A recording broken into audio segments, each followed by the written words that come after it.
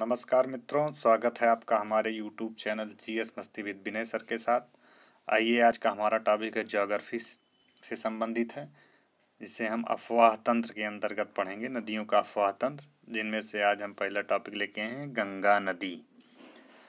ये वीडियो में ही मैं गंगा से संबंधित सारे क्वेश्चन, सारी जानकारियाँ सन्निहित करना चाहूँगा। आप लोग देखिए और हमारे व्याख्या पर ज़रूर ध्यान दीजिए। क्लियर? आइए पढ़ते हैं कि गंगा नदी। पहले बात कर लेते हैं अफवाह क्या होता है। अफवाह उसे कहते हैं जिस नदियों का जो विस्तार क्षेत्र होता है, कोई जो प्रमुख नदी होती है उसका जो विस्तार क्षेत्र होता है उसे ही अफवाह कहते हैं। क्या कहते हैं? अफवाह कहते हैं। क्लियर?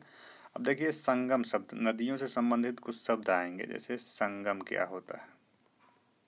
संगम, संगम का मतलब ही होता है मिलन, अर्थात दो नदियाँ जहाँ पे आके मिलती हैं उसे क्या कहते हैं? उस स्थान को संगम कहते हैं। जैसे गंगा नदी में यमुना नदी आके मिल जाती है तो उसे संगम कहते हैं। क्लियर? एक शब्द आता है दोआब। दोआब, दोआब क्या होता है? दोआब का मतलब होता है जहाँ पे दो नदियों के बीच का जो स्थान है, देखिए जो हम दिखा रहे हैं, इसे ही दोआब कहा जाता है। बचा हुआ जो भाग होता है उसे दोआब कहते हैं। तो इस प्रकार से हम जो शब्द आते चलेंगे, जो तुम लोगों के समझ में नहीं आएंगे उनको मैं बताता चलूँगा, जिनकी व्याख्या करना जरूरी होगा। आइए देखते हैं गंगा नदी। पता होगा भारत की एक सबसे पवित्र नदी गंगा नदी है। क्लियर? भारत की सबसे पवित्र नदियों में गंगा नदी को माना जाता है। जो इसका उद्गम स्थान जो है, एक स्थान गोमुख है। गंगा नदी जो है गोमुख से निकली हुई है, जिससे जाह्नवी के नाम से जाना जाता है। कहाँ पे? गंगोत्री जाह्नवी के नाम से जाना जाता है। वहाँ से निकलती है और गंगोत्री एक ग्लेशियर पड़ता है। वहाँ से यह जब नदी आगे बढ़ती है तो उसका नाम भागीरथी हो जाता है। भागीरथी नदी फिर बहते हुए आगे बढ़ेगी। जब गंगोत्री ग्लेशियर से आगे चलेगी तो उसके बाएं तट पे, देखिएगा, बाएं तट पे एक नदी आके मिलती है जिससे भिलंगना नदी कहते हैं। भिलंगना नदी जो है और भागीरथी नदी के तट पे एक बांध का निर्माण किया गया है जिसे कहते हैं टिहरी बांध। टिहरी बांध है। क्लियर? ये जो टिहरी बांध है ये भागीरथी और भिलंगना नदी के तट पे बनाया है। कभी भी क्वेश्चन पूछता है भागीरथी के किस तट पे भिलंगना नदी आके मिलती है, तो भागीरथी के बाएं तट पे भिलंगना नदी आके मिलती है। दाएं तट बाएं तट भी यहीं से क्लियर करते चाहिए। एग्जामिनर में अब आज के समय पूछने ही लगा है कौन दाएं तट की नदी है, कौन बाएं तट की नदी है। सहायक का जो रट लिए थे छोड़ दीजिए, यहाँ से देखिए क्लियर, सारा कॉन्सेप्ट क्लियर हो जाएगा दायां बायां का। ये भिलंगना नदी आके मिलती है भागीरथी में, जहाँ पे टिहरी बांध का निर्माण होता है। क्लियर? इसके पहले हम और चलते हैं। इसके बाएं तट पे कुछ नदियां आके मिलती हैं जैसे केदारनाथ से चाराबाड़ी। केदारनाथ से चाराबाड़ी एक ग्लेशियर है जहाँ से एक नदी चलती है मंदाकिनी नदी। वो नदी आके अलकनंदा नदी में मिल जाती है। किस नदी में मिल जाती है? अलकनंदा नदी में मिल जाती है। ठीक, जहाँ पे यह नदी अलकनंदा में मिलती है वहाँ पे रुद्रप्रयाग बन जाता है। क्या बन जाता है? रुद्रप्रयाग। क्लियर?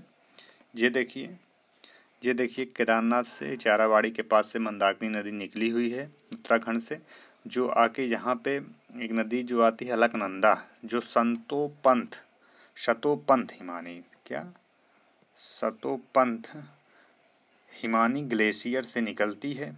ठीक, और वो आके भागीरथी में, ये नदी देखिए निकल के आई है और ये आके भागीरथी में के बाएं तट पर मिल गई है, जहाँ पे देवप्रयाग बनता है। क्या बनता है? देवप्रयाग।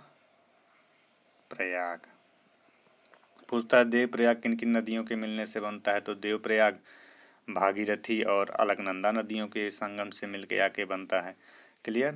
तो ये देवप्रयाग बनता है। इसी अलकनंदा की अन्य सहायक नदियाँ भी हैं, जैसे वे विष्णुप्रयाग, नंदप्रयाग, कर्णप्रयाग बनाती हैं। जैसे अलकनंदा में एक नदी है धौली नदी।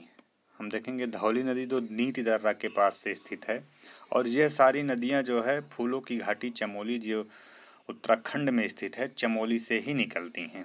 इनमें ध्यान देने की बात है। कभी भी पूछता है फूलों की घाटी चमोली कहाँ अवस्थित है, तो फूलों की घाटी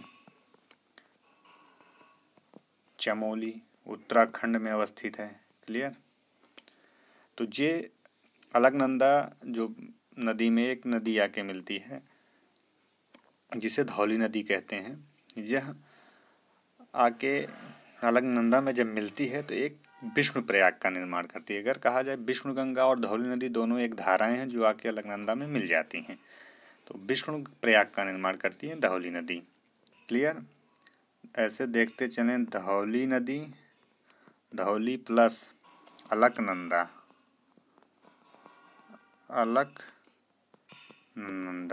क्या बना रही हैं, ये विष्णु प्रयाग बना रही हैं। क्या बना रही हैं, विष्णु प्रयाग बना रही हैं। क्वेश्चन यहाँ से बहुत बार पूछता है कि धौली नदी प्लस अलकनंदा नदी क्या बनाएंगी, तो विष्णु प्रयाग बनाएंगी। फिर इसी के तट पे देखिए, बाएं तट पे अलकनंदा के एक नदी आके मिलती है जिसे नंदाकिनी नदी कहते हैं। क्या, मंदाकिनी नहीं, नंदाकिनी नदी है। नंदाकिनी नदी प्लस अलकनंदा करोगे तो क्या बनेगा, ये बन जाएगा आपका नंद प्रयाग। क्या बन जाएगा, नंद प्रयाग बनता है। क्लियर।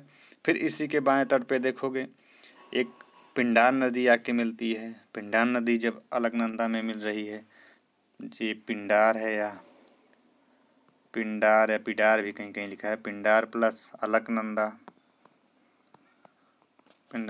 अलकनंदा क्या बना रही हैं, कर्ण प्रयाग बना रही हैं। क्या बना रही हैं, कर्ण प्रयाग, मतलब संगम स्थान होता है प्रयाग का, तो ये कर्ण प्रयाग बना रही हैं। तो उसके बाद हम भी इधर बता ही दिए कि मंदाकिनी नदी जो आके इसके दाहिने तट पे मिलती है अलकनंदा के, वो रुद्र प्रयाग का निर्माण करती है। और जो अलकनंदा आके ये भागीरथी नदी में मिलती है, देव प्रयाग का निर्माण करती है। क्लियर। यहाँ तक के सारे सिस्टम आपको क्लियर हो गए, कहाँ से निकली है, कैसे निकली है, इसके बाएं तट में कौन कौन सी नदी हैं, कौन कौन सा प्रयाग बन रहा है, किन किन नदियों के संगम से बन रहा है। अब हम आगे बढ़ते हैं। देव प्रयाग से ही गंगा को, ये जो भागीरथी नदी के नाम से बह रही थी, इसे हम गंगा नदी के नाम से जानने लगते हैं। क्या, देव प्रयाग से ही हम गंगा नदी के नाम से जानने लगते हैं। और यह गंगा नदी सबसे पहली बार, मैदानी क्षेत्र का जिक्र करेंगे, हरिद्वार में उतरती हैं। सबसे पहले मैदानी क्षेत्र में हरिद्वार में ये प्रवेश करती हैं। फिर आगे हम देखेंगे, जब आगे वैसे चलते आएंगे, यह पहली बार मैदानी क्षेत्र हरिद्वार में उतरती है। यहाँ से भी क्वेश्चन पूछता है। और बहते हुए लाल गोला, ऐसे हम देखेंगे बहते हुए, ऐसे बहते चली आ रही हैं। और इसकी अन्य सहायक नदियाँ भी इससे पहले हम बताते चल रहे हैं कि ये रामगंगा नदी, इसके कौन से तट की नदी है, जैसे पूछो तो बाएं तट की नदी है, दायां बायां तट ही पूछा है। रामगंगा सहायक नदी है। गोमती नदी भी है, गोमती नदी जो कि गाजीपुर के निकट यहाँ पे गंगा में आके मिलती है। ये रामगंगा कन्नौज के पास मिलती है। ये रामगंगा, गोमती, ये कौन से इसके बाएं तट की नदियाँ हैं। ठीक। उसके बाद ये घाघरा नदी भी है, इसकी बाएं तट की नदी है। गंडक नदी भी है, बाएं तट की नदी है। बूढ़ी गंडक भी बाएं तट की नदी है। कोशी नदी बाएं तट की, महानंदा नदी भी बाएं तट की। इस तरह इसकी बाएं तट की नदियाँ हैं। और इन्हीं के कुछ दाएं तट की भी नदियाँ हैं, जैसे यमुना नदी। यमुना नदी यमुनोत्री ग्लेशियर से निकली है। ठीक, वहाँ से टोन्स के नाम से निकलती है यमुना नदी, जो आके जहाँ पे जे संगम इलाहाबाद, जिसका नाम प्रयागराज हो गया, प्रयागराज में आके मिलती है। यह इसके दाहिने तट की नदी है। और टोन्स नदी जो है, यह इसके भी दाहिने तट की नदी है। कर्मनाशा दाएं तट की नदी है। सोन भी दाएं तट की नदी है, जो पटना में मिलती है। पुनपुन भी दाएं तट की नदी है। फाल्गु नदी भी जिसे निरंजना के नाम से जाना जाता है, यह भी दाएं तट की नदी है। क्लियर। दायां तट, बायां तट, कौन सी सहायक नदी, इसको एकदम रट डालिए, ध्यान दीजिए। दायां क्या होता है, बायां क्या होता है, कहाँ से नदी आई है। सेम फिगर आपके सामने मैं 3D रूप में मान लीजिए या प्रत्यक्ष रूप में उतारने की कोशिश किया हूँ। क्लियर। फिर आगे देखते हैं, ये सारी इसकी दाएं बाएं सहायक नदियाँ हो गई। हम देखेंगे गंगा का ही विशेषता पढ़ रहे हैं ना अभी, सोन गंडक इन सब का घाघरा वगैरह अलग से एक एक नदी का लेके आएंगे और आपके सामने विस्तार रूप से धरेंगे। तो हम गंगा की बात कर रहे थे, आइए देखते हैं। हम बताए ये हरिद्वार में पहली बार उतरी मैदानी क्षेत्र में, और बहते हुए पश्चिम बंगाल एक स्थान है लाल गोला, वहाँ पे निकट बांग्लादेश में ये प्रवेश करती हैं। बांग्लादेश में जब ये प्रवेश करती हैं तो ये में पद्मा के नाम से प्रवेश करती हैं। किस नाम से? देखिए ये हमारे यहाँ पश्चिम बंगाल स्थान होगा, यहाँ पे ये अंदर बांग्लादेश में जब आएंगी तो ये पद्मा हो जाएंगी। क्या हो जाएंगी? ये पद्मा नदी। बांग्लादेश में किस नाम से जाना जाता है? पद्मा नदी के नाम। यहीं पे लाल गोला के निकट अगर देखा जाए एक बांध का निर्माण किया गया जिसे फरक्का बांध भी कहते हैं, जो पश्चिम बंगाल में है। इसी फरक्का बांध से एक हुगली नदी निकाली गई है, जो कि हुगली नदी जो है उधर से एक दामोदर नदी आती है। उसके जल स्तर को बढ़ाने के लिए ये समझ लीजिए गंगा की धारा है, जिसे हुगली के नाम से जाना जाता है। क्लियर। तो ये पद्मा नदी हो गई, इसे बांग्लादेश में पद्मा के नाम से जाना जाता है। फिर बात करते हैं, मेघालय से एक नदी चलती है, जे मेघालय से एक नदी आती है, मेघना नदी। ठीक, मेघना नदी के नाम से बंगाल की मेघना नदी में मिल जाएगी, और मेघना नदी, पद्मा नदी और मेघना नदी ये दोनों जो बंगाल की खाड़ी में जो गिरेंगी और डेल्टा का जब निर्माण करेंगी तब ये मेघना के नाम से गिरेंगी। यह भारत में बहने वाली सबसे लंबी नदी है, जिसकी लंबाई 2525 किलोमीटर है। क्लियर। जो उत्तराखंड मतलब यूके, यहाँ से भी क्वेश्चन होता है किन किन राज्यों से होकर बैठी है। जो उत्तराखंड, यूके, उत्तराखंड में मान के चलते हैं हम 450 किलोमीटर तक लगभग बहती है। यूपी, उत्तराखंड के बाद यूपी में आ जाएगी, लगभग हम मान लेते हैं 1000 किलोमीटर तक बहती हैं। यूपी के बाद बिहार, बिहार में 405 किलोमीटर तक। बिहार के बाद झारखंड, झारखंड में लगभग 40 किलोमीटर तक मानते हैं। झारखंड के बाद झारखंड फिर आ जाएगा, झारखंड 40 किलोमीटर तक लगभग बहती हैं। झारखंड के बाद आपका आ जाएगा पश्चिम बंगाल। क्लियर। पश्चिम बंगाल, इतने राज्यों से होकर ये बहती हैं। 520 किलोमीटर तक पश्चिम बंगाल में बहती हैं। अगर देखा जाए तो सबसे ज़्यादा उत्तर प्रदेश में ही ये बह रही हैं। क्लियर। कितने राज्य हो गए? उत्तराखंड, उत्तर प्रदेश, बिहार, झारखंड, पश्चिम बंगाल, 5 राज्यों, अर्थात यह नदी जो है 5 राज्यों से होकर बहती है।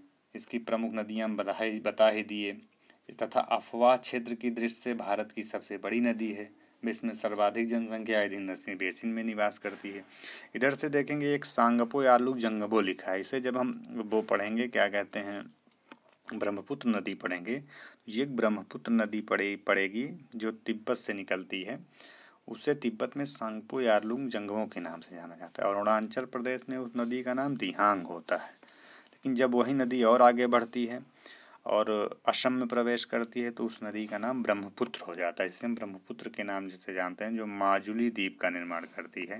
किस द्वीप का? माजुली द्वीप का निर्माण करती है, जो सबसे बड़ा नदीय द्वीप है विश्व का, ये माजुली द्वीप है।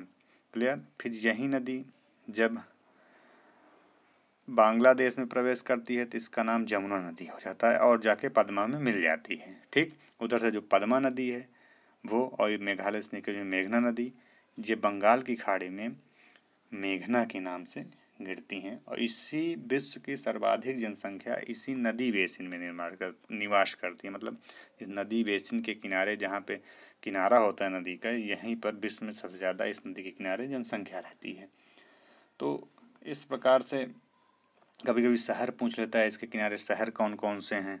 तो शहर में जैसे हमारे हो जाएंगे, टिहरी हो जाएगा, देवप्रयाग, ऋषिकेश, हरिद्वार, बिजनौर, कन्नौज, कानपुर, इलाहाबाद, मिर्जापुर, वाराणसी, गाजीपुर, बक्सर, बलिया, छपरा, पटना, बेगूसराय, मुंगेर, भागलपुर और साहिबगंज, फरक्का। इस प्रकार से कभी कभी शहरों को पूछ लेता है कौन सा शहर किस नदी के तट पर बसा है। तो जहाँ तक हमारी उम्मीद है कि आप लोगों को यह सेशन बहुत ही अच्छा लगा होगा और अगर यह अच्छा लगा हो तो इसे शेयर और सब्सक्राइब करिए, जिससे मैं नेक्स्ट वीडियो इसी तरह लाता रहूं और आप लोगों का ज्ञानवर्धन करता रहूं। धन्यवाद।